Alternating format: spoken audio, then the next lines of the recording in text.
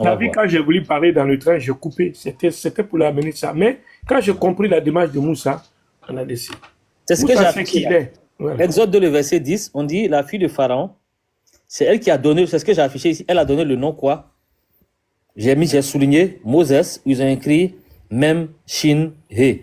C'est-à-dire, il y a 3 lettres en hébreu.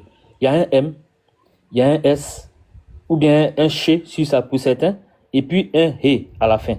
Donc, c'est Mem, Shin, He là, qui certains ont vocalisé par Moucha, tout ont vocalisé par Moussa, tout ont vocalisé par Moshe. Mais les accents qui sont dessus là, ça, c'est venu au 9e siècle. C'est-à-dire que c'est venu 3 siècles après l'islam. Voilà. C'est venu au 9e siècle. C'est 3 siècles après l'islam que ces voyelles-là sont venus. Et ces accents-là, pour venir dire que à la fin là, c'est ha ou bien c'est he. Mais avant ça, les Samaritains appellent Mosha. Les Hébreux disent Moshe. Comment on appelle les gens? Les Araméens disent Moucha.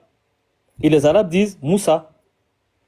Après, il y a la phonologie qui fait que chacun a ce qui est facile pour sa langue, pour sortir. Le son qui est facile pour sa langue pour sortir. Et l'exemple le plus palpant, c'est salam et puis shalom. Les Arabes disent salam parce que eux, le S sort facilement. Et les Araméens disent shalom parce que le ché sort facilement. Et donc, tout ce que tu vas voir en ché, en araméen, les Arabes le prononcent S. Voilà. Maintenant, comment est-ce que les Égyptiens le prononçaient? On ne sait pas. Parce que la vocalisation égyptienne, on ne la connaît pas. Mais on a la vocalisation araméenne, on a la vocalisation arabe, on a la vocalisation conventionnelle hébreu. Je préfère me conventionnelle puisque ça a été accepté seulement au 9e siècle. Avant ça, ce n'était pas ça. Avant ça, chacun disait comme il voulait. D'autres même disaient Moshi. Il était appelé Moshi aussi. Moshi, Moshe, Moussa, Moucha, Moussa. Mais les consonnes qui sont dans son nom, c'est elles qui comptent parce que l'alphabet en question est un alphabet avec des consonnes sans voyelle. Et les consonnes, c'est quoi? C'est le M qu'on appelle le Mem, le Shin pour le S et puis le He pour le H à la fin. Ce qui donne Mosha, Moussa ou bien Moshe. Le Moïse là, ça c'est grec. C'est les Grecs qui ont envoyé Moïse, qui est devenu après Moses, et puis c'est devenu Moïse en français. Voilà, ça c'est purement grec. Mais en hébreu ou en araméen, c'est seulement ces 3 lettres-là. Le Mem, le Shin et le He, comme en arabe aussi. Et qui vont donner Moussa. Parce que c'est ça, il faut connaître d'abord. Si tu n'as pas cette culture-là, c'est compliqué pour toi de savoir de quoi tu parles. Et il veut peut-être, pourquoi je ne voulais pas qu'on confonde ça avec le sujet en question? Parce que dans le sujet en question, le nom qui est donné, il est tantôt Josué, tantôt Jésus.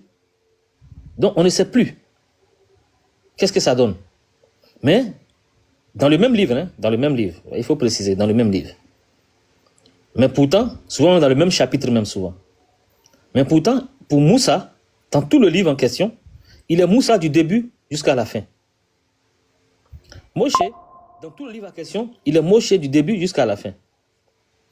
Moussa, du début jusqu'à la fin, il est Moussa dans tout le livre. Chaque fois qu'il va s'appeler Moussa, du début jusqu'à la fin, c'est Moussa. Et ça, c'est de la cohérence. Et l'autre incohérence qu'il y a, qui est une incohérence linguistique, c'est pourquoi le gars, il s'appelle tantôt Josué, tantôt il s'appelle Jésus. À quelle opération linguistique ça répond? Et à cette question-là, ils n'ont pas de réponse. Et donc, ils vont nous pondre tout et n'importe quoi pour essayer de nous faire sortir du cadre qu'on a fixé. Parce que là, maintenant, ils voulaient envoyer un autre débat sur comment est-ce que Moussa a fait pour arriver, et ils voulaient s'attarder dessus. Mais Dieu merci, il a compris que on ne pouvait plus bouger de là. Et là, il a tout de suite fui. Parce qu'il a compris que on allait revenir à l'essentiel et parler. Parce que les gens ils font beaucoup de bruit autour, hein. Mais à l'essentiel, là, ils sont vides au fond. Askia, Et chaque fois qu'on prend des questions de fond, oui, pardon, je termine. Chaque fois qu'on Oui, prend des questions de fond, automatiquement, ils sont mal à l'aise. Mais quand c'est des questions périphériques, là, tu les vois en train de danser dans tous les sens, parce que là, ils sont forts pour danser. Mais quand il y a des questions de fond, où il faut être précis dans les réponses, là, ça les gêne.